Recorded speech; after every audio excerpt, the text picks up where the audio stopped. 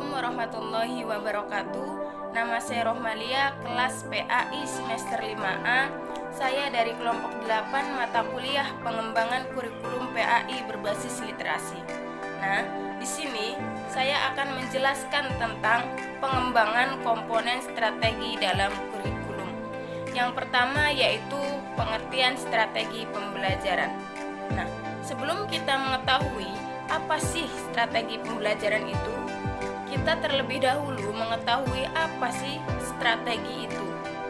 Secara umum, strategi mempunyai pengertian yaitu suatu garis-garis besar haluan untuk bertindak dalam usaha mencapai sasaran yang telah ditentukan. Sedangkan menurut Shirley, strategi dapat diartikan sebagai keputusan-keputusan bertindak yang diarahkan dan keseluruhannya diperlukan untuk mencapai tujuan. Sedangkan pembelajaran dapat diartikan sebagai suatu usaha agar dengan kemauannya sendiri seseorang dapat belajar dan menjadikannya sebagai salah satu kebutuhan hidup yang tak dapat ditinggalkan. Berdasarkan pendapat yang tadi, dapat disimpulkan bahwa strategi pembelajaran adalah kegiatan interaksi antara guru dengan siswa dan lingkungan sebagai sumber belajar. Yang kedua yaitu jenis, model, strategi, pendekatan, metode, dan media pembelajaran.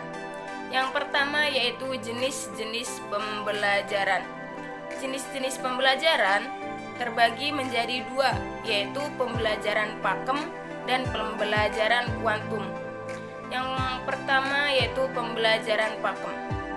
Pakem singkatan dari pembelajaran aktif, kreatif, efektif, dan menyenangkan. Pakem ini juga sering dipandang dengan istilah agile, yaitu aktif, joyful, effective learning.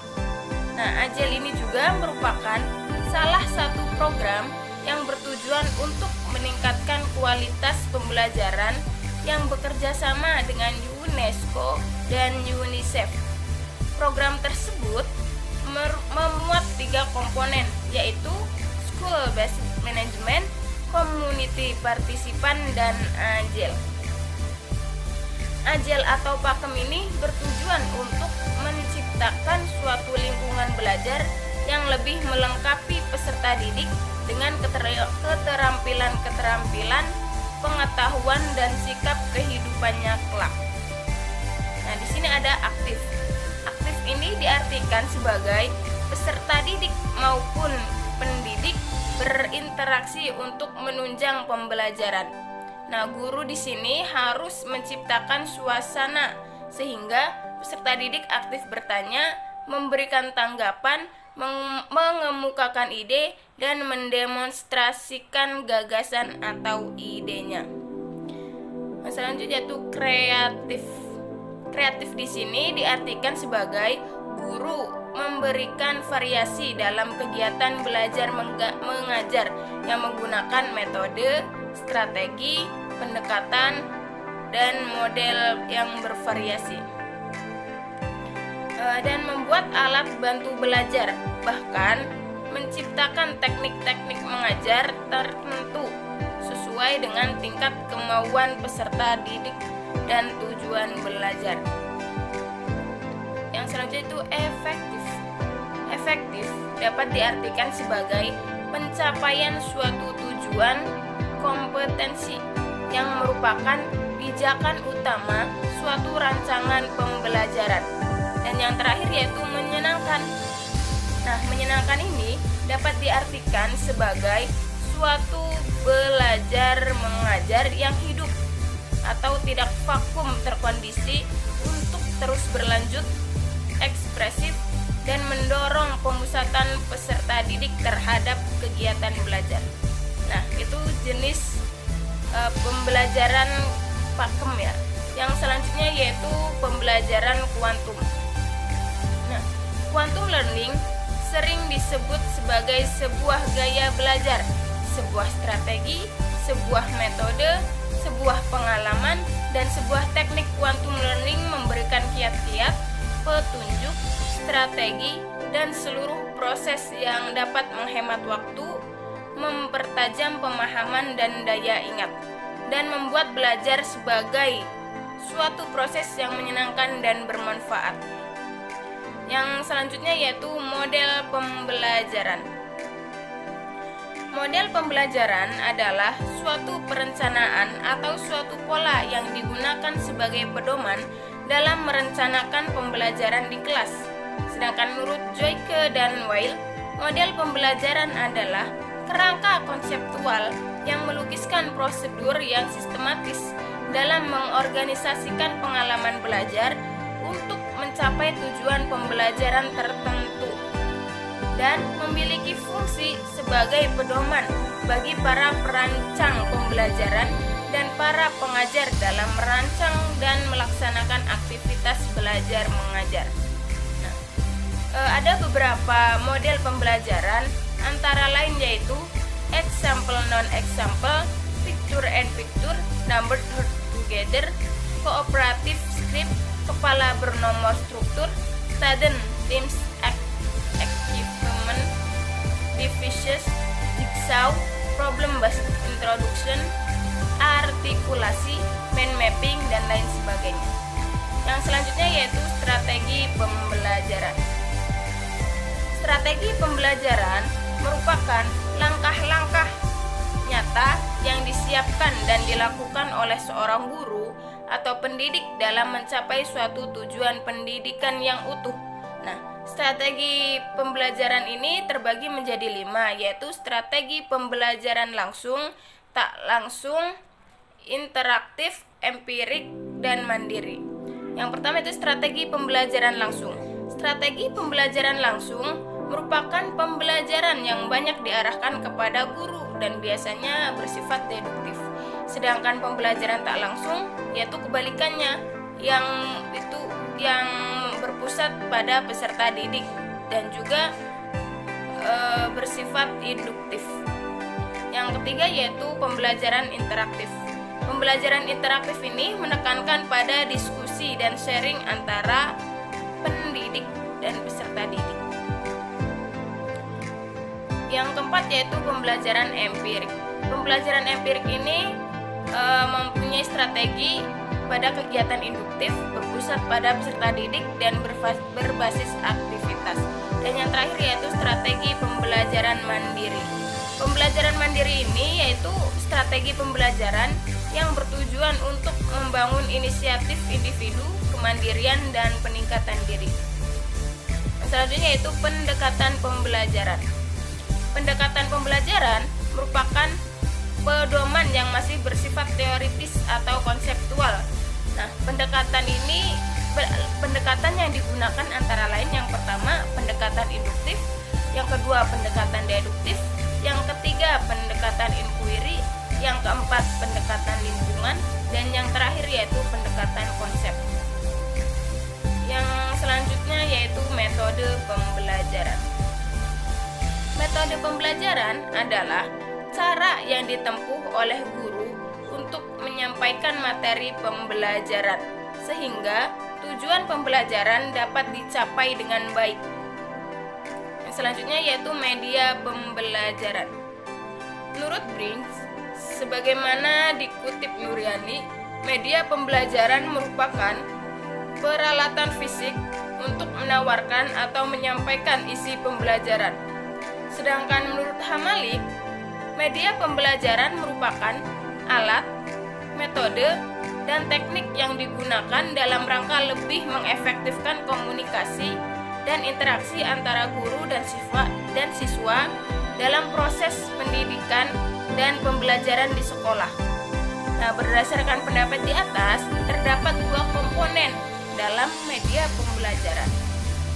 Yang pertama yaitu komponen isi atau pesan atau komponen materi pembelajaran, dan yang kedua yaitu komponen alat yang digunakan untuk mengantarkan isi atau pesan. Nah, komponen pertama itu disebut software atau perangkat lunak, dan yang kedua itu hardware atau perangkat keras. Yang selanjutnya yaitu langkah-langkah memilih strategi, model, metode, dan media pembelajaran. Menurut Sujana, strategi mengajar merupakan tindakan guru dalam melaksanakan rencana mengajar. Artinya, usaha guru menggunakan beberapa variabel pengajaran seperti tujuan, bahan, metode, alat, dan evaluasi agar dapat mempengaruhi siswa mencapai tujuan yang telah ditetapkan. Nah, terdapat 4 strategi dasar dalam belajar mengajar, meliputi yang pertama, mengidentifikasi serta menetapkan spesifikasi dan kualifikasi perubahan tingkah laku dan kepribadian anak didik sebagaimana yang diharapkan. Yang kedua yaitu memilih sistem pendekatan belajar mengajar berdasarkan aspirasi dan pandangan hidup masyarakat. Yang ketiga yaitu memilih dan menetapkan prosedur, metode, dan teknik belajar mengajar yang dianggap paling tepat dan efektif sehingga dapat dijadikan pegangan paling oleh guru dalam menunaikan kegiatan mengajar. Dan yang terakhir yaitu menetapkan norma-norma dan batas minimal keberhasilan atau kriteria serta standar keberhasilan sehingga dapat dijadikan pedoman oleh guru dalam melakukan evaluasi hasil kegiatan belajar mengajar yang selanjutnya akan dijadikan umpan balik buat menyempurnakan sistem instruksional yang bersangkutan secara keseluruhan. Oleh karena itu, dalam memilih suatu model pembelajaran harus mempertimbangkannya dulu, antara lain mempertimbangkan materi pelajaran, jam pelajaran, tingkat perkembangan kognitif siswa, lingkungan belajar, dan fasilitas penunjang yang tersedia. Yang selanjutnya yaitu prosedur pemilihan media pembelajaran. Nah, untuk jenis media rancangan, beberapa macam cara telah dikembangkan untuk memilih media. Dalam proses pemilihan ini, Anderson mengemukakan prosedur pemilihan media menggunakan pendekatan flowchart atau diagram alur. Dalam proses tersebut, ia mengemukakan beberapa langkah dalam pemilihan dan penentuan jenis media. Yang pertama yaitu menentukan apakah pesan yang akan kita sampaikan melalui media termasuk pesan pembelajaran atau hanya sekedar informasi umum atau hiburan saja. Jika sekedar informasi umum akan diabaikan karena prosedur yang dikembangkan khusus untuk pemilihan media yang bersifat untuk keperluan pembelajaran. Yang kedua yaitu menentukan apakah media itu dirancang untuk keperluan pembelajaran atau hanya sekedar alat bantu mengajar bagi guru atau alat peraga. Jika sekedar alat peraga, proses juga dihentikan atau diabaikan. Yang ketiga yaitu menentukan apakah tujuan pembelajaran lebih bersifat kognitif, efektif, atau psikomotor. Yang keempat, menentukan jenis media yang sesuai untuk jenis tujuan yang akan dicapai dengan mempertimbangkan kriteria lain seperti kebijakan, fasilitas yang tersedia, kemampuan produksi, dan biaya. Dan yang terakhir yaitu mereview kembali jenis media yang telah dipilih, apakah sudah tepat atau masih terdapat kelemahan, atau masih ada alternatif jenis media lain yang lebih tepat merencanakan, mengembangkan, dan memproduksi media. Dan materi yang terakhir yaitu macam-macam metode pembelajaran dalam pembelajaran PAI. Nah, dalam proses pembelajaran harus menggunakan beberapa macam metode yang sesuai dengan materi yang akan diajarkan. Nah, ada beberapa metode pembelajaran yang sering digunakan, antara lain yaitu yang pertama metode ceramah.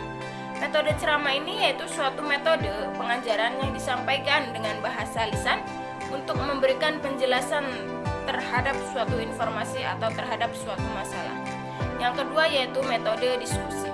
Metode diskusi merupakan salah satu cara yang dapat digunakan dalam menyelesaikan masalah yang mungkin menyangkut kepentingan bersama dengan jalan musyawarah mufakat. Yang ketiga, metode tanya jawab. Metode tanya jawab adalah cara penyampaian suatu pelajaran melalui interaksi dua arah dari guru kepada siswa dan guru agar diperoleh jawaban yang pasti. Yang keempat, metode demonstrasi. Metode demonstrasi ini adalah salah satu metode untuk menunjukkan siswa untuk melihat apa yang dikerjakan. Yang kelima, metode perumpamaan. Metode perumpamaan ini adalah metode pengajaran dengan mengumpamakan bahan yang diajarkan kepada sesuatu yang lebih menarik. Dan yang terakhir yaitu metode pengulangan. Metode pengulangan ini adalah metode pengajaran dengan mengulang-ulang kajian seperlunya. Ya, mungkin itu saja materi yang dapat saya sampaikan. Kurang dan lebihnya mohon maaf. Assalamualaikum warahmatullahi wabarakatuh.